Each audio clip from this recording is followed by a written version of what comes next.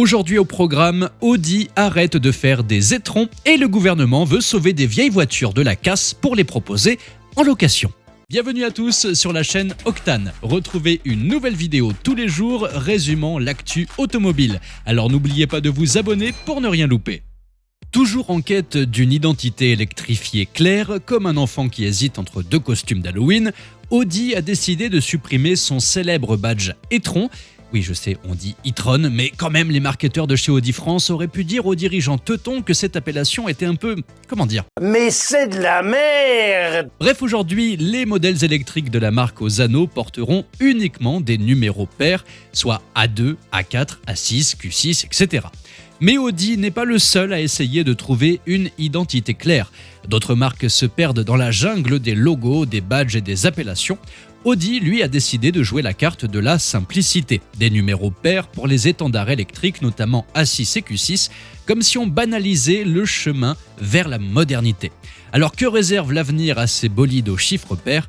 Une course effrénée vers l'électrification totale, un derby de la performance zéro émission où les moteurs thermiques seront relégués aux oubliettes. Reste à voir si le public suivra ce chemin pavé d'électrons ou alors faisons une voiture qui roule aux étrons. Affaire à suivre. Voilà maintenant une idée du gouvernement qui va faire parler d'elle. Le gouvernement veut jouer les magiciens de l'automobile en sortant de son chapeau une vieille voiture épargnée de la casse et la proposer à des mensualités très accessibles aux foyers les plus modestes. Des sénateurs écologistes préparent une loi pour offrir aux Français les moins fortunés l'accès à ces vieilles carrosseries à des prix défiant toute concurrence. On parle de véhicules rescapés de la prime à la conversion, sauvés de l'abattoir automobile. On choisira les plus vaillants, les moins polluants pour qu'ils poursuivent vaillamment leur mission au service des moins nantis.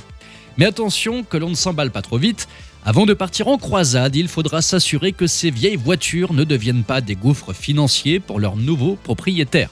L'entretien, souvent plus gourmand que celui des voitures tout juste sorties de l'usine, doit être pris en compte.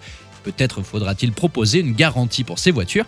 Et puis, il y a cette petite épine dans le pied, les zones à faible émission. Car ces vaillants destriers pourront-ils encore galoper dans ces contrées restreintes alors que les portes se ferment déjà dans certaines grandes cités de notre belle France pour les voitures soi-disant polluantes ? Pendant ce temps, le gouvernement mijote toujours son plan de location aidée pour les voitures électriques à moins de 100 € par mois, plan qui était censé être sur pied en juillet. Reste à savoir de quelle année. Et vous, que pensez-vous de cette solution de voiture sauvée de la casse pour la proposer en location ? Sur le papier, c'est bien, mais ça revient à réparer une fuite dans un toit avec du film alimentaire, non ? Dites-moi ce que vous en pensez dans les commentaires. Merci à tous d'avoir suivi cette nouvelle vidéo. N'hésitez pas à vous abonner, à activer la cloche des notifications pour être sûr de ne rien louper, liker, partager et vous pouvez également venir nous rejoindre sur notre compte TikTok. Ciao !